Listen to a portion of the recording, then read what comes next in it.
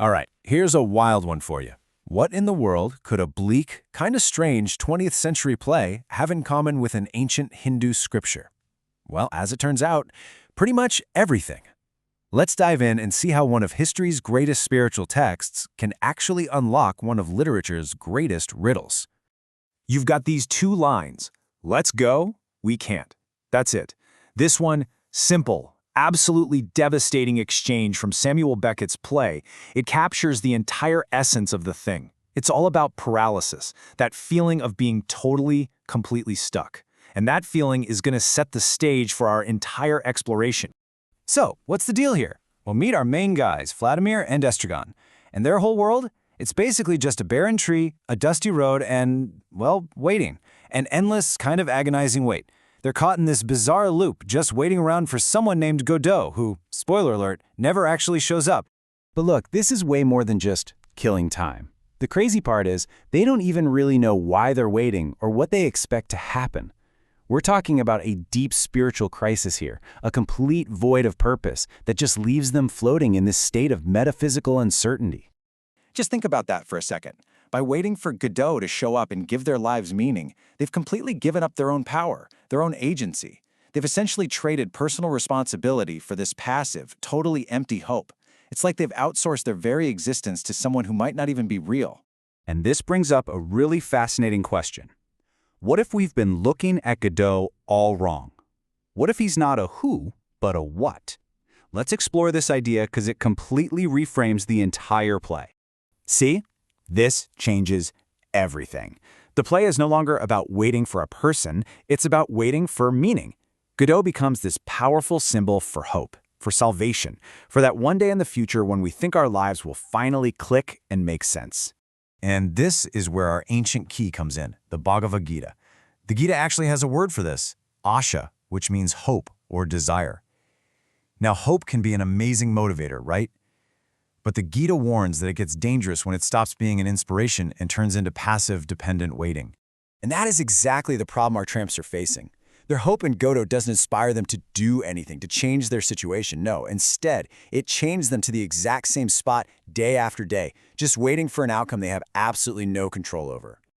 Okay, so now we're going to pivot. Let's jump from that desolate road in Ireland all the way to a battlefield in ancient India, where another character is facing his own massive crisis of meaning. This is Arjuna, the hero of the Bhagavad Gita. He's this incredible warrior prince. He's ready for the biggest battle of his life, but then he looks across the battlefield and sees his own family, his own teachers on the other side, and he just collapses in doubt. The Gita calls this state vishada. And it's not just being sad, it's a deep existential paralysis where he questions everything, his duty, his identity, the whole point of even acting at all. Does that sound kind of familiar? So, let's see what happens when we take the philosophy of the Gita and use it as this totally unexpected key to unlock the really profound questions beating at the heart of waiting for Godot. I mean, on the surface, a desolate road and a massive battlefield couldn't seem more different. But when you really look closer, you see the exact same core struggle. Both the tramps and the great warrior are fundamentally stuck, completely paralyzed by a crisis of meaning and purpose. And here is the absolute crucial difference. The tramps, they choose inaction. They wait. But in the Gita, the god Krishna gives Arjuna this powerful command: you must act. Specifically, he advises something called nishkama karma, which means performing your duty without being attached to the results. This famous line from the play, it signals more than just repetition. It really points to a unique and frankly troubling vision of time itself. For Vladimir and Estragon, there's just no progress. There's no moving forward. There is zero sense that tomorrow is going to be any different from today. Exactly. Time for them is a closed loop, just an endless, repeating cycle. And what's fascinating is that this structure directly mirrors the Gita's concept of kala, this idea of eternal cyclical time, where existence just repeats itself over and over again. Okay, this table right here, this is where it all just clicks into place. Let's walk through it. First up, karma, or action. The Gita says it's essential. You have to do something. In Godot, it's the total collapse of meaningful action. Then you have nishkama karma, acting without being hung up on the results. Our tramps, they are completely attached to the outcome of Godot showing up. Next, maya, The illusion that can hide reality. In Godot, the characters are literally living inside an illusion held up by their hope. And finally, the big one, moksha, which means liberation, freedom. The Gita offers a path to it, but Vladimir and Estragon, they stay tragically trapped. So, what's the big takeaway here? We've reached the core insight, the thing that connects these two masterpieces across thousands of years of human history.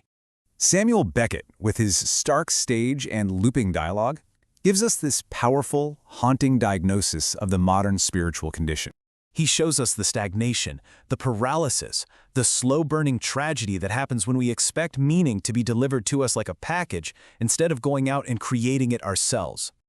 But by contrast, the Bhagavad Gita, which is written on a battlefield of moral crisis, it doesn't just diagnose the problem, it actually offers a solution. And this is the whole point. Meaning isn't something you find or something you just receive. It's something you forge through conscious action, through getting involved, through engaging with your life, even when, and maybe especially when, the outcome is totally uncertain. And that really leaves us with one final kind of personal question, doesn't it? In your own life, with your own challenges, are you waiting for your Godot?